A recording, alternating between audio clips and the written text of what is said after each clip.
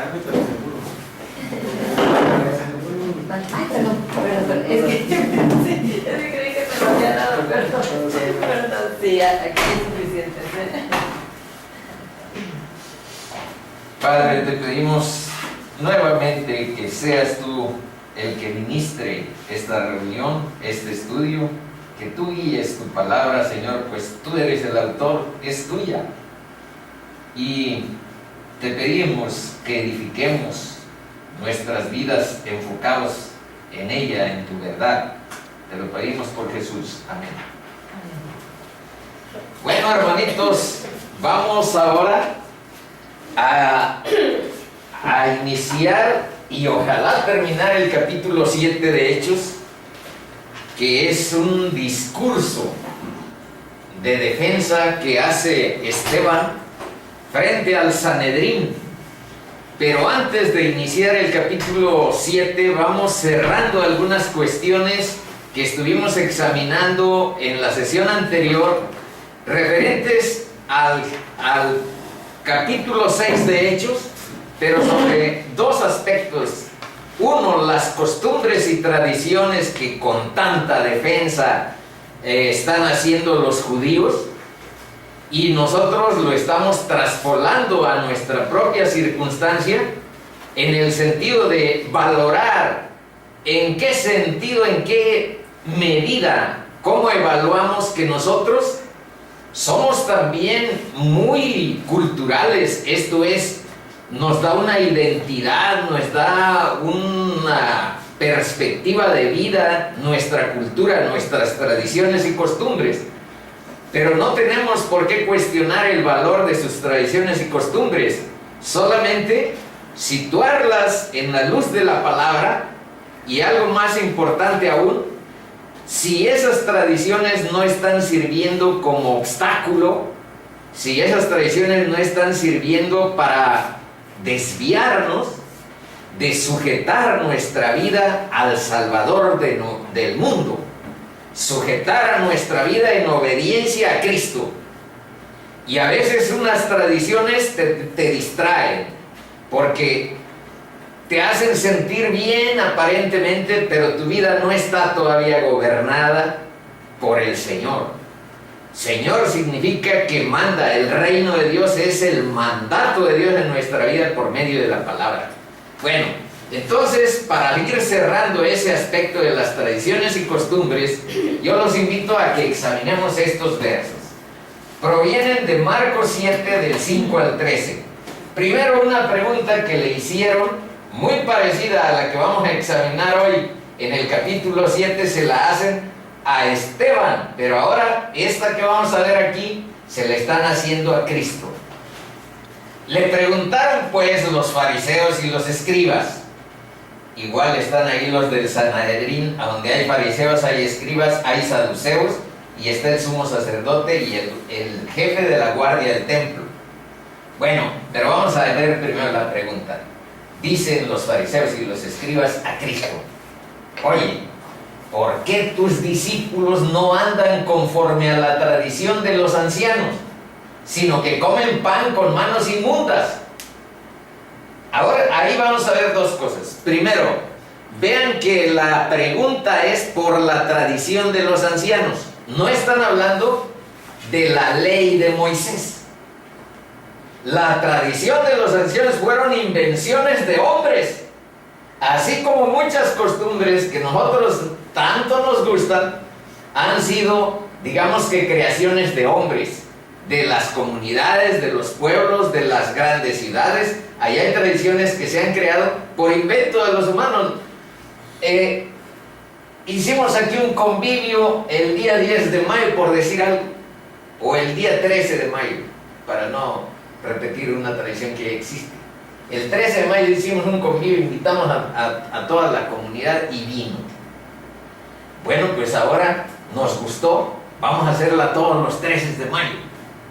Y dentro de 100 años alguien se preguntará: bueno, ¿y ahora qué? ¿Esto qué? ¿A qué? ¿De dónde viene? Por no sé, pero esto es sagrado, hermano. Lo vamos a defender, la tradición del 13 de mayo. Y ahí algo parecido están haciendo. Dice: ¿Por qué no andan conforme a la tradición de los ancianos? No lo están cuestionando respecto a la ley, sino a la tradición de los ancianos. Sino que comen, y luego no es la defensa de Cristo más abajo, no es que las personas comieran con manos sucias, no está defendiendo, digamos que la antihigiene. Lo que está defendiendo Cristo es lo ceremonial. O sea, ustedes hacen demasiadas ceremonias y muchos ritos y no los encuadra eso más que como unos hipócritas. Eso es lo que vamos a ver. Ya, vamos a ver, ¿qué les respondió Cristo? Respondiendo él les dijo, pues ni más ni menos, hipócritas. Bien profetizó de vosotros Isaías, como está escrito, este pueblo de labios me honra, mas su corazón está lejos de mí, pues en vano me honran, enseñando como doctrinas mandamientos de hombres. Y ahí le subrayé 3 veces algo, una misma idea. Porque dejando el mandamiento de Dios, ese es el punto. Porque dejando el mandamiento de Dios, os aferráis a las tradiciones de los hombres. Los lavamientos de los jarros y de los vasos de beber, y hacéis otras muchas cosas semejantes. Les decía también, bien invalidáis el mandamiento de Dios para guardar vuestra tradición.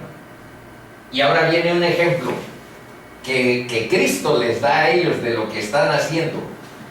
Porque Moisés dijo, honra a tu padre y a tu madre, y el que maldiga al padre y a la madre muera irremisiblemente. Esa es la ley. Pero vosotros decís, basta que diga un hombre al padre o a la madre, es corbán, que quiere decir mi ofrenda a Dios, todo aquello con que pudiera ayudarte, y no le dejáis hacer más por su padre y por su madre, invalidando la palabra de Dios con vuestra tradición que habéis transmitido. Les voy a poner un ejemplo. Mis hermanas, no vino hoy mi hermanita, mis hermanos y yo les damos a nuestros papás, nos vamos rotando una pensión cada mes. Entonces vamos a suponer, a mí me toca en junio, luego sigue mi hermana que está en Puebla en julio, luego sigue mi hermana, la que aquí viene, Sara, le tocaría agosto, y mi hermano el más pequeño en septiembre, y luego otra vez voy yo, y nos rotamos. Les damos una pensión porque ya tienen 87 y 84 años, 88 y 84, y ya están grandes. Entonces, supongan que un día nosotros fantaseamos que esa pensión que le estamos dando, yo les voy a decir, es corbán. Yo se lo dirigí a Dios y ya no te lo voy a dar a ti. Y ahí que estoy haciendo o estoy empleando de mala manera un mandamiento, dándosela en cierta forma a Dios, pero evitando dársela a mi papá, incumplir con mi padre, con mi madre, con el pretexto de hacer el trabajo para Dios. Entonces eso les está diciendo, es corbán, que quiere decir mi ofrenda a Dios, todo aquello con que pudiera ayudarte, y no lo dejáis hacer más por su padre y por su madre. Invalidas así, con esas tradiciones, la palabra de Dios con vuestra tradición que habéis transmitido. Luego dice, por tanto, estas son otras recomendaciones que están en la Escritura respecto a lo que son las tradiciones. Por tanto, nadie os juzgue en comida o en bebida o en cuanto a días de fiesta, luna nueva o días de reposo, todo lo cual es sombra de lo que ha de venir, pero el cuerpo es de Cristo. Y aquí es donde está la democracia, donde no hay griego ni judío, ni circuncisión ni incircuncisión, bárbaro ni escita, siervo ni libre, sino que Cristo es el todo y en todos. De alguna manera, lo que Cristo nos enseñó es que seamos judíos o seamos griegos, tengamos la circuncisión física o seamos incircuncisos, todos somos pecadores. Todos necesitamos el Evangelio para poder librarnos del castigo eterno y aprovechar, por decir la palabra, lo que vino a hacer Cristo en la cruz, que fue salvar al mundo de esa condenación, recibiendo Él la justicia, la condenación que a nosotros nos correspondía. Esta fue, nada más se lo recuerdo, un ejemplo de las tradiciones aceptadas socialmente, pero que dentro de la palabra de Dios de alguna manera constituyen este camino. Es muerte, es algo por lo cual uno debe tener odio, confesarlo y enfrentarlo conforme a la palabra de Dios, en vez de quedarnos cómodos, en vez de tolerar el pecado en nuestra vida, porque de alguna manera representa algo contrario a lo que dice la palabra. Son ejemplos nada más que estuvimos examinando. Esto sí es nuevo, hermanitos, y es muy importante. Miren, vamos a partir de la palabra, de la pregunta: ¿qué significa ser malo? Porque todos tenemos de alguna manera una idea rápida, expedita, acerca de un político corrupto, de una persona que es pederasta, un abusador de menores, un asesino, un ladrón, un drogadicto o un traficante de drogas. Hermanitos, pero antes de todo eso, bíblicamente, la maldad está en vivir la vida sin incluir a Dios, encontrar nuestro lugar en la vida sin la intervención del Creador en ella. Entonces vamos a ver aquí estos dos versos y luego aquí. Dice, vean de dónde empieza la maldad bíblicamente analizada. ¿En qué perspectiva se da la maldad? La maldad no es que seas homicida, pederasta. La maldad es que no incluyas a Dios en tu vida. Dice, y mandó Jehová Dios al hombre diciendo, de todo árbol del fruto podrás comer, mas del árbol de la ciencia del bien y del mal no comerás, porque el día que de él comieres, ciertamente morirás. A ver, vean ahí, Adán fue algún homicida, había cometido pederastia, era un ladrón, era un drogadicto, era un político corrupto. No. ¿Qué es lo que hizo?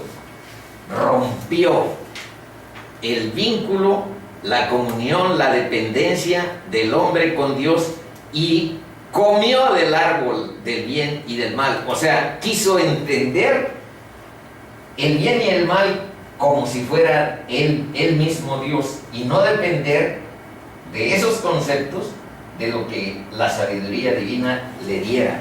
Pero vamos a revisar más minuciosamente esto, porque es importante entenderlo a cabalidad. Y si no me explico bien, me dicen. Vean, esto dijo Dios, pero esto dijo el diablo a Eva, contradiciendo la palabra de Dios. La serpiente le dijo a Eva, bueno, aquí dice, ciertamente morirás. Lo dijo Dios. Si comes del árbol del bien y del mal, vas a morir. La serpiente le dijo, no es cierto, no moriréis, sino que sabe Dios que el día que comáis de él, serán abiertos vuestros ojos y seréis como Dios, sabiendo el bien y el mal. Hermanos, esto no es una fábula. Todas las generaciones a donde están ustedes y yo hemos oído y hemos repetido lo mismo. Hemos oído esta misma situación y hemos repetido lo que les pasó a Adán y lo que le pasó a Eva. Dice, separar lo bueno de lo malo es competencia exclusiva de Dios. Y nosotros nos sentimos muy chichos para decir, esto es lo bueno, esto es lo malo, sin consultar la sabiduría divina. Y eso es la fuente de la maldad y del pecado desde la Biblia. Esa es. Dice, separar lo bueno de lo malo le compete a él, tal como dice desde el principio. Y separó Dios la luz de las tinieblas. Entonces, separar lo bueno de lo malo no es una actividad permitida por Dios para que tú lo hagas de manera independiente, de manera autosuficiente, de manera autónoma. ¿Qué es lo que sí tienes que hacer? Porque todos necesitamos tener esa noción de qué es lo bueno y qué es lo malo, por supuesto, y todo el desarrollo espiritual de la gente en eso consiste, en, digamos, de alguna manera desarrollar el discernimiento para entender lo bueno y lo malo. Entonces, eso no es un asunto de que no lo busquemos, pero fíjense cómo lo tenemos que buscar. El hombre, dice, no puede separar una de la otra, el bien y el mal. El hombre no lo puede separar, sino es por la sabiduría de Dios. Por eso buscamos en su palabra la guía para determinar lo bueno y lo malo. Por eso buscamos la guía del Espíritu Santo para determinar entre lo bueno y lo malo. Entonces, ese espíritu de autosuficiencia, ese espíritu de autonomía para decir, no, yo sí sé, esa es la consecuencia de la desobediencia básica que aquí estamos analizando. La desobediencia inició aquí y ese es el principio de la maldad desde el punto de vista bíblico. Ahora bien, ¿qué se perdió en el Edén con esta desobediencia? Se perdió la comunión y la dependencia de Dios. Nos sentimos nosotros independientes, no necesito de tu palabra, no necesito de la guía de tu espíritu, yo sé solo qué es lo bueno y qué es lo malo. Yo hago mis propias leyes, ¿no? Yo hago mis propias leyes. Y ahí está, manitos, un ejemplo, miren. Sexo prematrimonial, homosexualismo, matrimonio, estos son ejemplos de lo que se ha instituido bajo el concepto de que nosotros sabemos qué cosa es lo bueno y qué es lo malo, al margen de la palabra de Dios, rechazando al Espíritu y rechazando estos mandamientos básicos. Entonces, ya después que se cimenta esa desobediencia básica, entonces somos atrapados en un estilo de vida más o menos mundanal y nos sentimos ya seguros con la posesión de bienes materiales, satisfacernos a nosotros mismos en todo lo deseado, y lo que arriba dice, haber establecido un estilo de vida cómodo y conformado al mundo.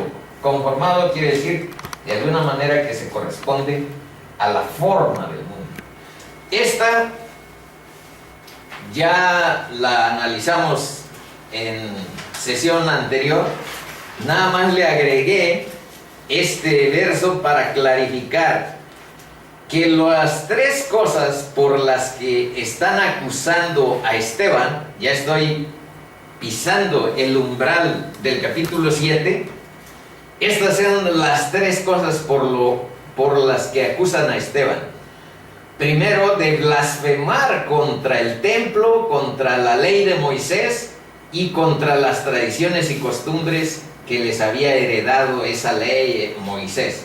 Entonces, son acusaciones muy graves porque es blasfemar contra Dios. Decir en ese momento y ante el Sanedrín que había crucificado a Cristo que Jesús era Dios, pues era blasfemar contra Dios. Muchas de esas cosas son las que aquí se sostienen. Aquí está la fuente para no ser así una especie como de pirata de ideas. Aquí está la fuente de estas nociones, es de David Guzik. Pero le agregué a estas nociones la referencia de Levítico 24:16, a donde se dice cuál es el castigo para estas acusaciones, si fueran ciertas, que tienen a Esteban frente al Sanedrín como acusado. Dice: y el que blasfemare el nombre de Jehová ha de ser muerto. Es condenación de muerte. Toda la congregación lo apedreará. Así el extranjero como el natural, si blasfemare el nombre, que muera. Levítico 24:16. Así está la ley. Bueno, ahora en la página 5 ya empezamos el capítulo 7. Miren, este es un esquema, porque es un discurso. Así como un discurso tiene exordio, argumentación, epílogo, que son, digamos, los tres componentes técnicamente para el diseño de un discurso, así está esto que vamos a analizar. No es un sermón, no es una defensa al estilo que nosotros hemos escuchado o visto en las películas. Es una referencia histórica, un recuento histórico, un discurso muy bien articulado, que por algo el Espíritu Santo lo ha dejado ahí, dándole 52 versículos. Y hay que analizarlo con cuidado. Miren, hay dos, digamos que puntos críticos de este discurso que Esteban frente al Sanedrín pretende demostrar. Primero, que Dios no está limitado a un lugar hecho por manos de hombres. Es lo primero.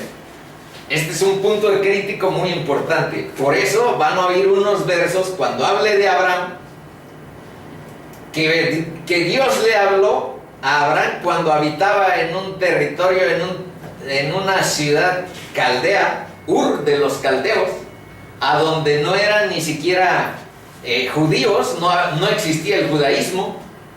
Lo fue a sacar, digamos que Dios, de un terreno de idolatrías, tierras de idolatrías. Entonces, eso es lo que refiere de los versículos del 2 al 8, habla de Abraham. Y nosotros vamos a ver otros versos que nos ayuden a tener una perspectiva bíblica sobre este personaje, que hay que decirlo, es el padre de las tres religiones monoteístas más importantes del mundo. Estoy hablando de Abraham. Es padre del judaísmo, es una religión monoteísta importante, todavía existe. No sé cuál es la diferencia entre judaísmo y cristianismo. Ellos no creen en el Nuevo Testamento y siguen muchos sin haber entendido que el Mesías ya vino. Oran todos los días desde hace siglos. Antes de que viniera Cristo oraban, y ahorita siguen orando en dirección al cielo pidiendo que el Mesías ya venga. Uno les puede decir: oye, vino hace 2000 años, ¿no lo viste? Ahí transitó en tus calles en Jerusalén, vino hace 2000 años. Todavía están orando, pidiendo a Dios que venga el Mesías, los judaicos. Bueno, pero eso no quiere decir que Dios no tenga siempre un remanente en su pueblo de gente que sí entiende todo. O sea que también hay judíos mesiánicos. Pero ese es un tema muy amplio de abordar. Solo hay que decir, ¿y cuáles son las otras religiones a donde Abraham es el padre? El Islam. El Islam. Los musulmanes tienen, ahorita vamos a ver un poco del Islam más adelante, por la misma relación por la que está ligado Abraham. Y por supuesto, si ustedes leen el libro de Romanos, nosotros somos hijos de la fe de Abraham. El cristianismo está imbricado, está entroncado en el judaísmo en ese sentido. La ley de Moisés, desde el punto de vista de lo moral, de la perspectiva moral, esa Cristo lo dijo. No se va a acabar el mundo, se va a acabar cielo y tierra, y ni un ápice de la ley dejará de cumplirse hasta el fin. Entonces es eterna. Y esa viene desde mucho antes. Bueno, luego también el otro punto crítico del discurso es este. La gente religiosa, a eso pertenecen los del Sanedrín, los guardianes de las tradiciones y las costumbres del pueblo. La gente religiosa manifiesta una tendencia por rechazar a los enviados de Dios. Y rechazaron a muchos profetas, entre ellos Jeremías, entre ellos Isaías, a Moisés. A Moisés en algunas ocasiones estuvo a punto de ser apedreado. Entonces, la gente rechaza a los enviados de Dios y pone muchos ejemplos. Aquí vamos a ver hoy Abraham y José, basado en la Biblia. Ya después veremos a Moisés y a David Salomón, que estos los trata juntos, porque está hablando de los constructores del templo, y nada más dice que David quiso construirlo, pero en realidad lo construyó Salomón, el templo que tanto adoran. Luego, en los versículos del 51 al 53, el acusado se convierte en acusador. Les dice valientemente a los del Sanedrín, duros de cerviz. ¿Y saben lo que quiere decir duro de cerviz? Estas cervicales que los tienes tiesos, incapaz de doblarte ante Dios. Entonces no es tanto que sean duros de entendimiento, sino duros de de postrarse delante de Dios. De la humildad. De la falta de humildad y mansedumbre, justamente. Eso les dice, duros de cerviz, incircuncisos de corazón y de oídos, les dice. Y los dice que entregaron y mataron al justo. Este es el punto central de todo el discurso. Ustedes mataron a Cristo. Ustedes no se dieron cuenta que vino el Mesías. Es el punto más neurálgico de todo el discurso. Y por supuesto la reacción homicida asesina del Sanedrín fue que lo apedrearon. Ahí están distribuidos los versos: Abraham, José, Moisés y David Salomón, y acá el complemento. Bueno, ahora sí vamos a lo que dice la palabra, señores. El sumo sacerdote dijo entonces: ¿es esto así? Eso lo acabamos de ver, pero no lo expliqué. Este es el verso número 1. ¿Qué significa ¿es esto así?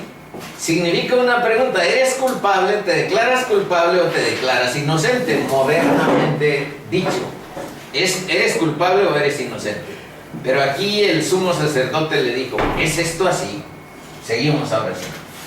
Dice, y le dijo, ahí empieza el discurso: varones hermanos y padres, oíd, el Dios de la gloria. Y aquí hay una asociación directa: el Dios de la gloria es el Dios de la historia de Israel y la historia de esta palabra. El Dios de la gloria apareció a nuestro padre Abraham estando en Mesopotamia. Ahí les subrayé esto porque les está remarcando que no estaba en el templo, no estaba en Jerusalén, sino estando en Mesopotamia, antes de que morase en Harán. 3. Y le dijo: Sal de tu tierra y de tu parentela y ven a la tierra que yo te mostraré. 4. Entonces salió de la tierra de los caldeos y habitó en Harán. Y de allí, muerto su padre, Dios le trasladó a esta tierra, en la cual vosotros habitáis ahora.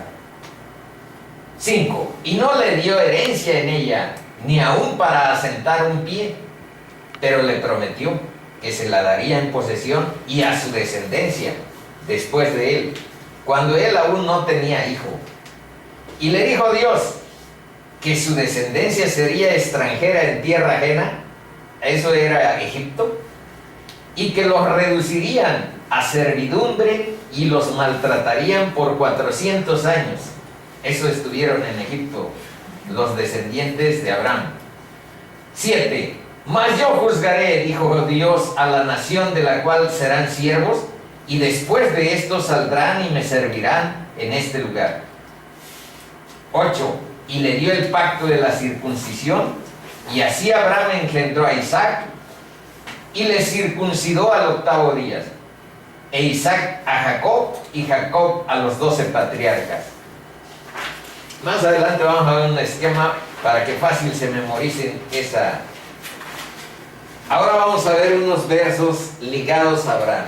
Dice: pero Jehová había dicho a Abraham, vean cómo está escrito ahí Abraham: vete de tu tierra y de tu parentela y de la casa de tu padre a la tierra que te mostraré, y haré de ti una nación grande y te bendeciré, y engrandeceré tu nombre y serás bendito. Bendición: bendeciré a los que te bendijeren, y a los que te maldijeren maldeciré. Y serán benditas en ti todas las familias de la tierra. Ahora vean la fracción que sigue de Génesis 17, 3 al 6 dice: entonces Abraham se postró sobre su rostro, y Dios habló con él diciendo: he aquí mi pacto es contigo, y serás padre de muchedumbres de gentes, y no se llamará más tu nombre Abraham, sino que será tu nombre Abraham, con H intermedia y doble A. ¿Por qué? Porque te he puesto por padre de muchedumbres de gentes, y te multiplicaré en gran manera, y haré naciones de ti, y reyes saldrán de ti. Y no vino mi hermana se llama Sara, pero vean lo que dice de la esposa de Abraham. Dijo también Dios a Abraham: a Sarai tu mujer, así se llamaba Sarai, tu mujer no la llamarás Sarai más, no la llamarás más, llamarás Sarai, mas Sara será su nombre. Y la bendeciré y también te daré de ella hijo. Sí, la bendeciré y vendrá a ser madre de naciones. Reyes de pueblos vendrán de ella. Entonces Abraham se postró sobre su rostro y se rió. Vean al padre de la fe. Falló en este momento. Se puso a reír. ¿Por qué? Vamos a ver por qué. Y dijo en su corazón: a hombre de 100 años ha de nacer hijo, y Sara ya de 90 años ha de concebir. Por eso Isaac también quiere decir algo así como la sonrisa de Dios, o la risa que provocó Dios, algo así quiso decir el nombre. Eso quiere decir Isaac. Bueno, les dio risa al padre de la fe que le hayan dicho: vas a tener hijos. Ya tenía 100 años y su esposa 90. Y dijo Abraham a Dios: ojalá Ismael, ya tenían de hijo a Ismael, más o menos tenía 13, 14 años cuando nació Isaac. Ismael fue un hijo de Abraham, pero que tuvo con una esclava de Sara, porque Sara era aparentemente estéril. Y ellos no habían creído en esta promesa de que iban a tener hijos y que iban a tener una multitud de naciones como descendientes, y entonces se precipitaron y se generó lo que más adelante vamos a ver. Ciertamente Sara tu mujer te dará a luz un hijo, y llamarás su nombre Isaac. confirmaré mi pacto con él como pacto perpetuo para sus descendientes después de él. Y en cuanto a Ismael, vean también la bendición de Dios para los Ismael. También te he oído, he aquí que le bendeciré, y le haré fructificar y multiplicar mucho en gran manera. Y de una vez les dice, 12 príncipes, 12 hijos engendrará ese Ismael. Y más adelante van a ver los nombres de los 12 príncipes, y haré de él una gran nación. Así es que Dios mismo está aquí marcando que los musulmanes y que esa gente que ahorita nos da hasta terror y estremecimiento, bueno, son los hijos de Ismael. Son los hijos de Ismael. Mas yo estableceré mi pacto con Isaac. Eso lo subrayé. Mas yo estableceré mi pacto con Isaac, el que Sara te dará a luz por este tiempo el año que viene. Entonces, frente a Dios, tengas 90 años, tengas 100, si Dios dice vas a tener un hijo, es que lo vas a tener, punto. Hay que aprender a ver a nuestro Dios de esa manera. Estas fracciones complementan el que ustedes tengan una postal bíblica acerca de Abraham, fundada en la propia palabra. Dice, Segunda de Crónicas, Dios nuestro, no echando tú los moradores de esta tierra, no echaste tú los moradores de esta tierra delante de tu pueblo Israel, y la diste a la descendencia de Abraham, tu amigo para siempre. Esto parece una canción, tu amigo para siempre. Es el título que le da la Biblia a Abraham. Dice, y dijo Josué a todo el pueblo, así dice Jehová, Dios de Israel, vuestros padres habitaron antiguamente al otro lado del río, esto es, Taré, padre de Abraham y de Nacor, y servían a dioses extraños. Ahí también dice que los padres de Abraham, eran idólatras. Eso quiere decir a dioses extraños.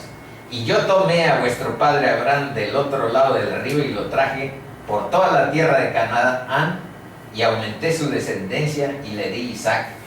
A Isaac di Jacob y Esaú. Son los dos hijos de Isaac, Jacob y Esaú. Otro, Gálatas, ahora ya el Nuevo Testamento. Vean cómo ve el Nuevo Testamento Abraham. Así Abraham creyó a Dios y le fue contado por justicia. Sabed por tanto que los que son de fe, tú y yo, si somos de la fe en Cristo, fíjense lo que dice, estos son hijos de Abraham.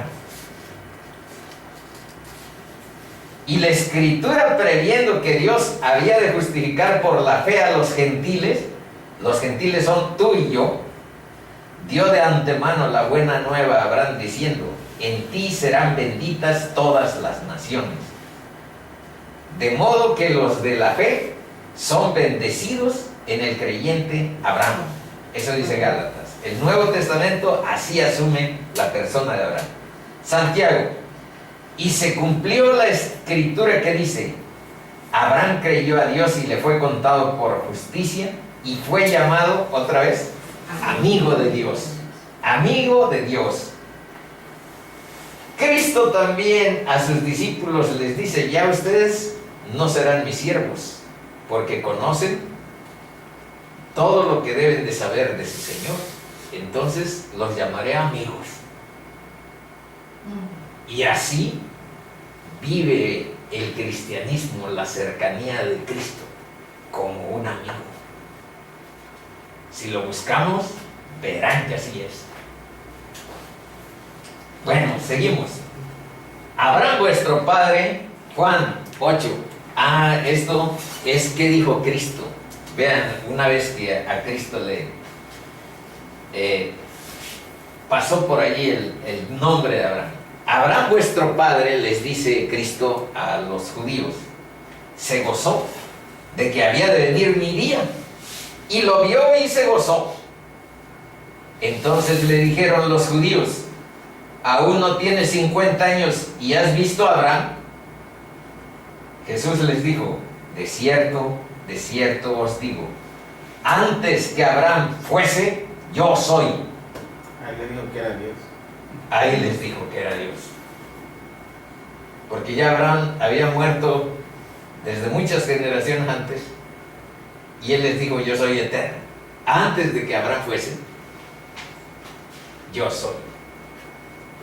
Tomaron entonces piedras para arrojárselas, pero Jesús se escondió y salió del templo, y atravesando por en medio de ellos se fue.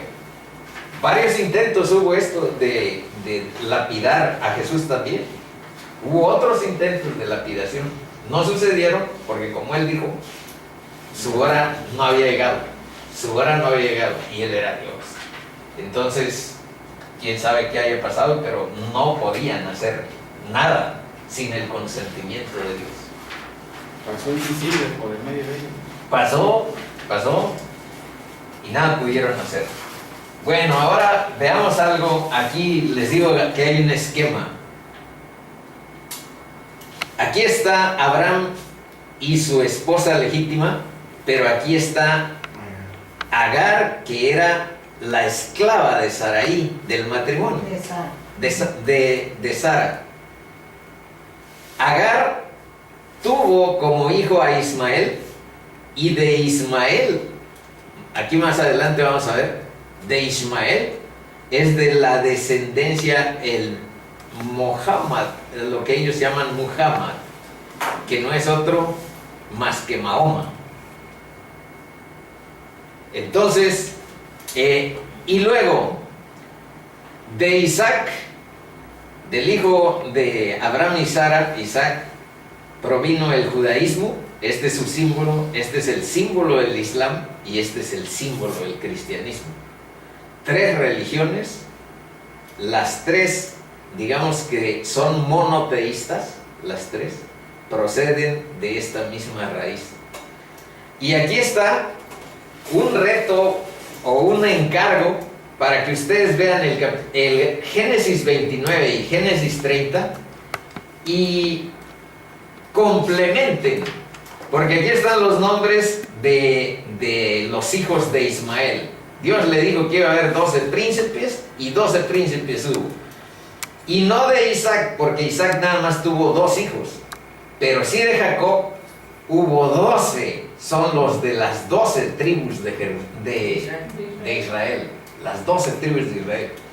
Y por eso yo les invitaría a que vieran en Génesis 29 y 30 cómo estuvo esta historia en que Jacob tuvo 4 esposas. Fue con un sujeto que se llama Labán y estuvo 7 años sirviendo a Labán para que le pudiera dar la mano de Raquel. 7 años, casi como esclavo de sirviente, para que le diera la mano de Raquel, porque estaba enamorado de ella. Pero en vez de darle la mano de Raquel, Labán le dio a Lea, porque era su hija mayor. Entonces lo casó a fuerza, digamos, porque ni cuenta se dio en la noche. Al otro día fue y le dijo, oye, si yo estuve trabajando 7 años, pero no por Lea, sino yo por Raquel. No, pues ahora ya. Y estuvo otros 7 sirviendo por Raquel. Pero mientras esto sucedía, empezaron a nacer los chamacos.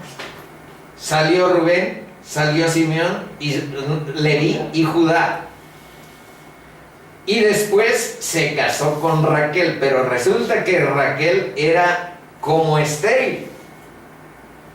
Entonces Raquel, con el propósito de que tuviera descendencia más o menos ligada con él, más o menos ligada con ella, entonces le dijo, ¿por qué no te vas con mi sierva? Esta es la sierva de Lea y esta es la sierva de Raquel. Y entonces Jacob tuvo hijos con Bila, que era la sierva de Raquel. Y por eso vean, aquí está 5 y 6, estos dos. Y después tuvo otros la sierva de Lea, se le antojó también darle la sierva a Jacob, y tuvo estos dos hijos. Total, aquí otra vez Lea, y los dos últimos, por fin, Dios les socorrió muchos ruegos que estuvo haciendo Raquel, vivió muchas tensiones, casi se sentía desfallecer, morir, de que no tenía hijos, y por fin tuvo a José y a Benjamín. Van a ver las historias de José un poco más adelante. Pero ahí están en Génesis 29 y 30 estas historias. Y vean, este símbolo del judaísmo más o menos se representa lo siguiente: 12 hijos sagrados, los de Jacob, y 12 hijos gentiles, los de descendientes de Ismael. Y se entretejen, por supuesto los judíos dicen que estos son los malos y estos son los buenos. Dios nos ha enseñado que son el pueblo elegido, pero no necesariamente se puede tipificar rápido y en automático que son nada más los buenos. Bueno, eso es lo que vamos a ir viendo. Estos son profetas que están reconocidos y mencionados en el Corán: Adán, Enoc, Noé, Abraham, estos que están aquí, Moisés, por supuesto, y Aarón. Y lo importante es que ahí también se reconoce en el Corán la ascendencia de Jesús como descendiente de David y Salomón. Y sí se reconoce en el Corán a Jesús, pero se reconoce como profeta. Hay muchos libros que son opositores totalmente a lo que es el cristianismo real, que reconocen que Jesús fue un gran hombre, etcétera. Así también se reconoce en el Corán. Pero Jesús no es un gran hombre, hermanitos. Jesús no es un gran filósofo. Jesús no es un gran maestro. Lo es, pero Jesús es Dios. Eso es la diferencia. Mirad, entonces, independientemente de lo que diga el Corán, lo que diga José Smith en el libro del Mormón, en el libro Mormón, vean lo que dice Colosenses. ¿Qué dice Pablo? Mirad que nadie os engañe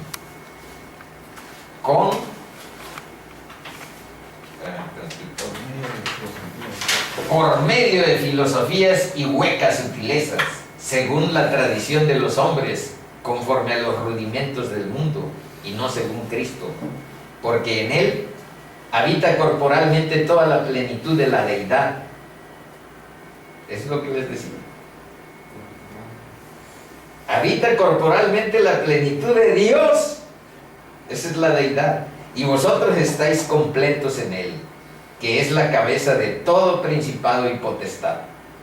En Él también fuisteis circuncidados con circuncisión no hecha a mano, al echar de vosotros el cuerpo pecaminoso carnal en la circuncisión de Cristo, sepultados con Él en el bautismo, en el cual fuisteis también resucitados con Él, mediante la fe en el poder de Dios que le levantó de los muertos. Y a vosotros, estando muertos en pecados y en la incircuncisión de vuestra carne, os dio vida, juntamente con Él, perdonándoos todos los pecados. Por eso, hermanitos, no hay manera de confundirnos, porque la palabra es suficientemente clara. Bien, versículos 9 al 16, y por ahí un poco más adelante cerramos. Los patriarcas. Aquí empieza lo de José. Yo quería ver que viéramos José, pero va a ser un poco difícil porque estuve juntando varias porciones para deleitarnos en la palabra de Dios, de qué tipo de circunstancias van generándose y cómo Dios no esconde en su palabra nada de lo que son sus hombres más, ¿cómo les diré?, más ejemplares, no esconde. Por ejemplo, ahí van a ver lo que hacen los hermanos con José. Lo venden como esclavo y lo venden por unas monedas, tal y como a Cristo lo entregaron también. Bueno, vamos a leer. Los patriarcas. Ahí está donde dice eso que les estamos anticipando. Los patriarcas son estas personas, los 12, Rubén, Simeón, Leví, Judá, Isaacar, Zabulón, etc. Esos son los patriarcas. Los patriarcas, movidos por envidia. ¿Ustedes creen que si fuera la palabra de Dios, no fuera la palabra de Dios, la Biblia, estarían siempre poniendo estas cosas? Y si lees algo sobre David y te estás imaginando que David, un gran ser, ungido, etcétera, y luego encuentras que no, que ahí en la palabra dice que David la regó, hizo tales y tales, y no te esconde en ningún sentido la verdad, es la verdad. Entonces aquí, ahí están los patriarcas de Israel, los fundadores, los grandes fundadores de Israel, de cada tribu. Vean, movidos por envidia, vendieron a uno de sus hermanos por celos, por envidia, para Egipto, pero Dios estaba con él. Y van a ver, yo creo que hasta la siguiente, cómo Dios fehacientemente estuvo ahí al lado de José en todas las tribulaciones que sí le pasaron, y lo libró de todas sus tribulaciones y le dio gracia y sabiduría delante del faraón, rey de Egipto, el cual lo puso por gobernador sobre Egipto y sobre toda su casa. Vino entonces hambre en todo